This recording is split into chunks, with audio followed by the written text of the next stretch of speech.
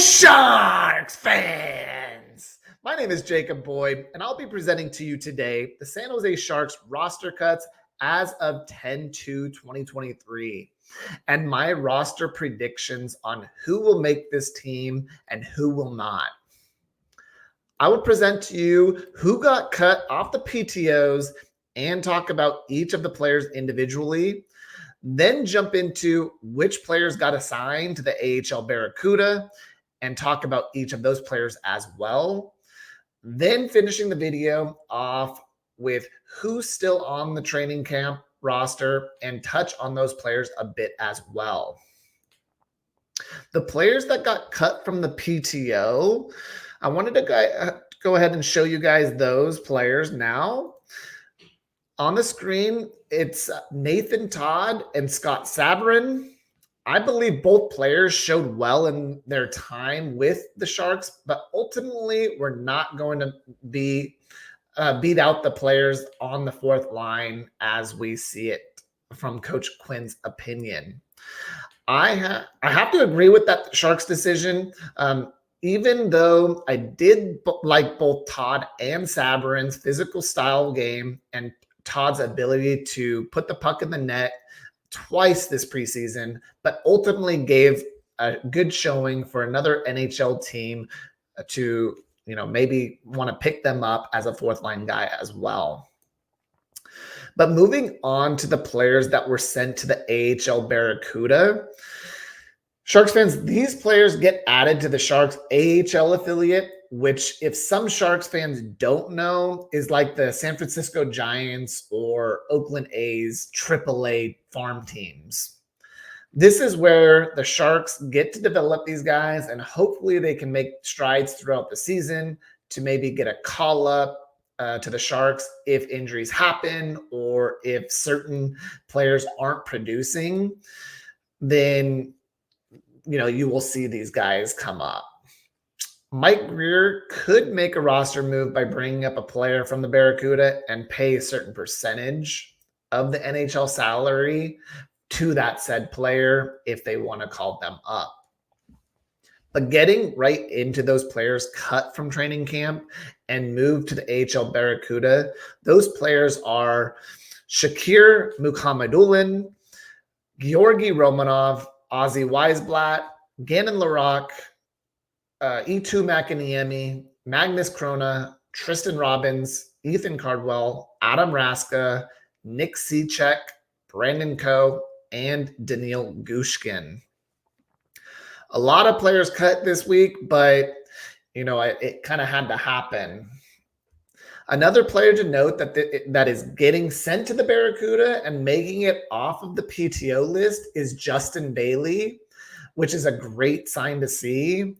Good for Bailey, as I thought he had a great camp, and it's well-deserved to make, the AHL Barracuda from a tryout player onto the Barracuda roster. So good for Bailey. I think a lot of Sharks fans were wondering why Shakir Mukhamadullin was cut now and not, one of the last roster cuts of camp. Well, it's quite simple, Sharks fans. Mukhamadullin was clearly one of the best players in training camp and at practice and in the preseason, for that matter, in all those preseason games. But the Sharks coaching staff don't want to rush this kid. He's young and he's developing still.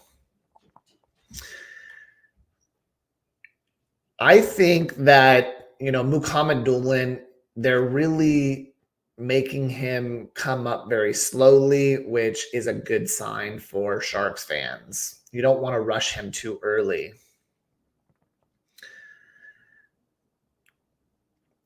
The Mukhamadullin is on his he signed his ELC contract for next season or this coming season. They hope to have better players coming in via both free agencies and prospects like Quentin Musty and Will Smith in the future. So the Sharks plan to get Mukhamadullin on their ELC type spectrum, I would say, because they don't want to use up Mukhamadulin's ELC early. They will put Mukhamadulin's contract in line with those kids coming up, building it next season, most likely. If the Sharks fans don't understand the ELC guidelines, I highly suggest to check that out. But being brief real quick, me explaining it, ELC is the entry-level contract a young prospect could sign when entering their first pro season. The pro seasons are considered AHL or NHL contracts, meaning Will Smith is playing NCAA hockey. Therefore, he has not signed his ELC yet because he is in the junior league still. Mukhamadulin, on the other hand, has signed his ELC, but if he plays 10 games or less with the San Jose Sharks, the Sharks can roll his ELC to the following season. A good example of this would be William Eklund. Eklund still has 3 years left on his ELC because he did not play more than 10 games in the NHL last year or any other prior years. Moving forward with Mukhamadulin, though, he can play up to 10 games this year if he plays well with the Barracuda, and he will be evaluated each and every time he steps on the ice, whether that's with the Barracuda or with the Sharks next season. In my opinion, I believe he will be a full-time Sharks player next season if development goes to plan. Next, you have Georgi Romanov, the goalie that we signed last year, which has played well in camp. He had an up and down preseason game, but overall looked good enough to fight for a spot with the Barracuda's goalies for playing time. Depending on how Makiniemi does this year, Sharks fans might want to watch this goalie battle with the Barracuda this upcoming season with Magnus Chrona, Georgi Romanov, and Eetu Makiniemi. Next player sent down to the Barracuda was first-round pick a few years ago, Ozzy Weisblatt. In my opinion, he'll be a career AHL player unless he gets bigger physically.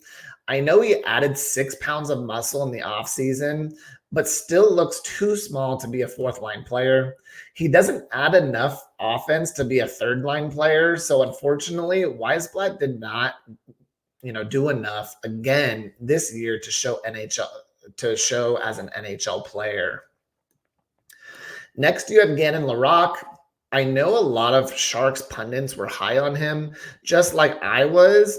I thought he played steady defensively, though, in camp and into the preseason, and even in the rookie faceoff. But with that missing all of last year, I think the Sharks front office sees that he still needs room for development and growth. He needs to get stronger physically, but has good hockey instincts, which with a good season in the AHL this year, that could be a big stepping stone, I would say, for the NHL camp next season. So I hope he does well in the Barracuda, and I'll be following him all season long.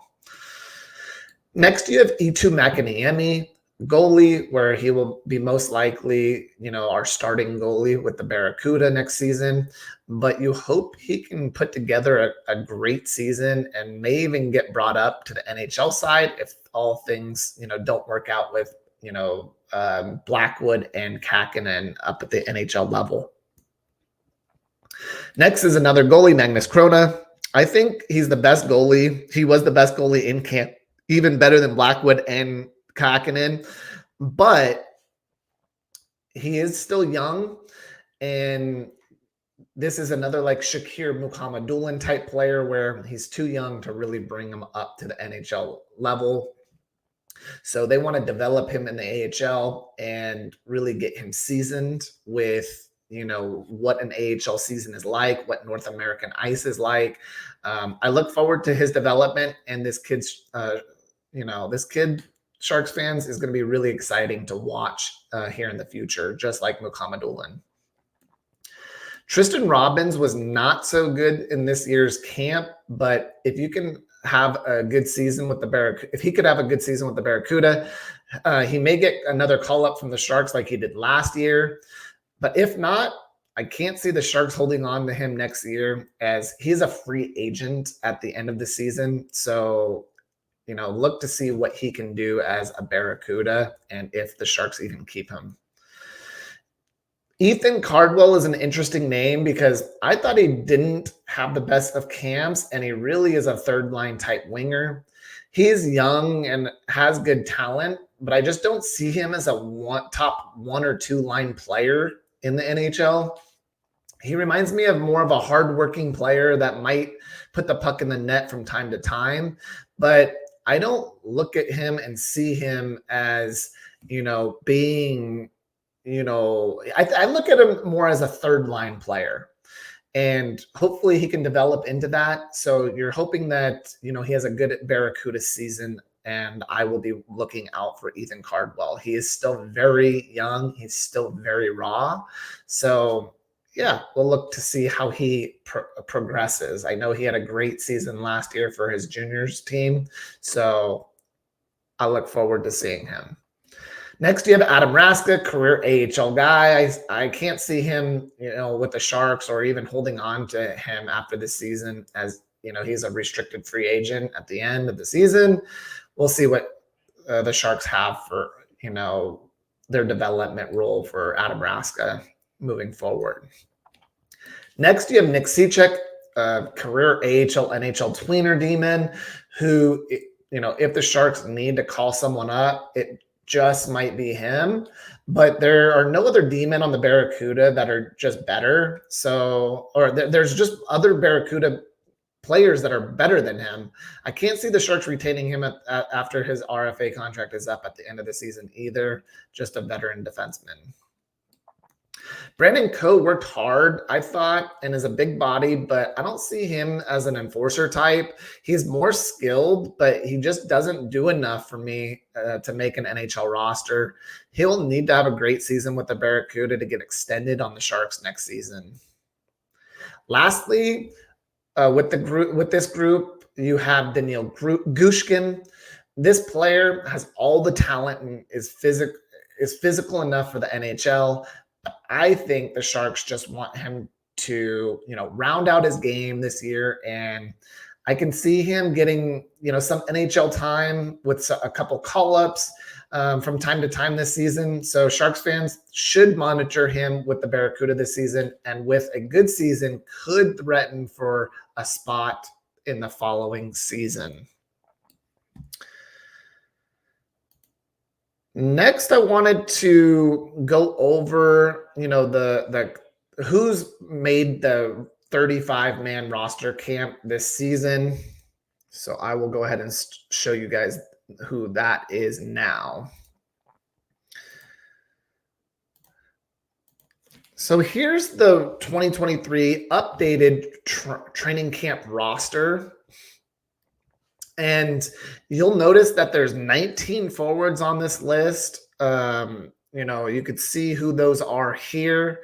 And then you could also see the defensemen and then also the 2 goalies that will be making the team this season. So that's at least 6 forwards and 6 defensemen that the San Jose Sharks will have to waive or assign directly to the Barracuda by opening night for a full 23-man roster that they need to get down to. A lot of teams keep, either between 21 to 23 rosters players. I think the Sharks might keep 23 just because they do have the cap flexibility, but a lot of teams go with that 22 mark. Anyways, Bordeleau, Eklund, and Thrun are all waiver exempt, which means if the Sharks do assign those players to the Barracuda, they don't have to pass through waivers where a team can't pick them up. So that prevents another team from getting them if the Sharks do decide to not start them on the roster this season.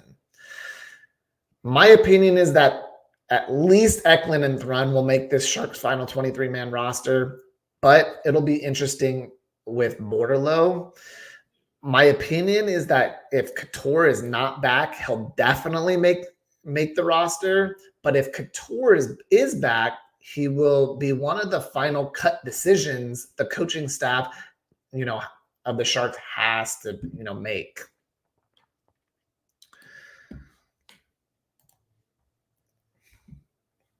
All right. So moving on to my players, I think make the San Jose Sharks opening night roster, in my opinion.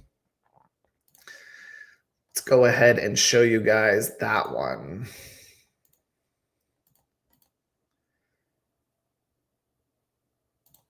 All right, here it is.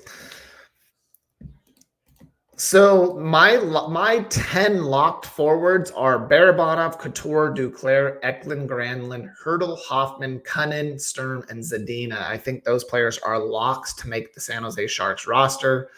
On the bubble, I have Borderlo, LeBanc, Zetterlund, Lindblom, and Giovanni Smith.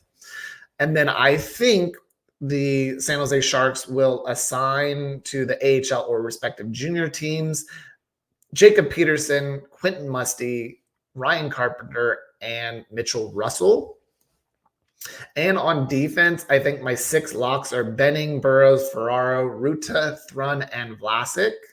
And my bubble players are Gawenke, Knyzhov, McDonald, Hoytuk, Emberson, and Shimmick. Assigned to the AHL, I think Guriev and Pooley will be assigned to the AHL squads in the coming days. And then my 2 goalies are locks of Blackwood and Kakkonen. So my opinion on the final forward spots are the 10 locks I have shown, plus Borderlo, LeBanc, Zetterlund, and Lindblom making the team, and then moving Giovanni Smith to the AHL Barracuda, meaning the Sharks would keep 14 players. But personally, I would send Lindblom through waivers and have Smith making the roster, but I think the Sharks will keep I think the Sharks will keep Lindblom, unfortunately. So that leaves 7 defensemen left to choose from after 2 goalies being accounted for the 23-man roster, meaning I will keep the 6D locked players shown, and I think the Sharks will also keep Radim Shimmick as a bubble player, which makes it which makes that 23-man. But personally, in my opinion, I think that they should keep Nikita Hoytuk as he was playing the best throughout training camp, throughout, the preseason. I think they should keep Hoytuk, but I personally think they might keep Shimmick. Then, of course, last but not least, the goalies with Blackwood and Kakkonen round out my 23-man roster for the 2023-2024 Sharks roster. Anyways, I appreciate everyone tuning in for this segment. So if you guys like this content, please press the subscribe button here, or it should be here. I really appreciate you guys stopping by. That's it for me today, though. Again, my name is Jacob Boyd. I am with Hello Sharks fans. Peace.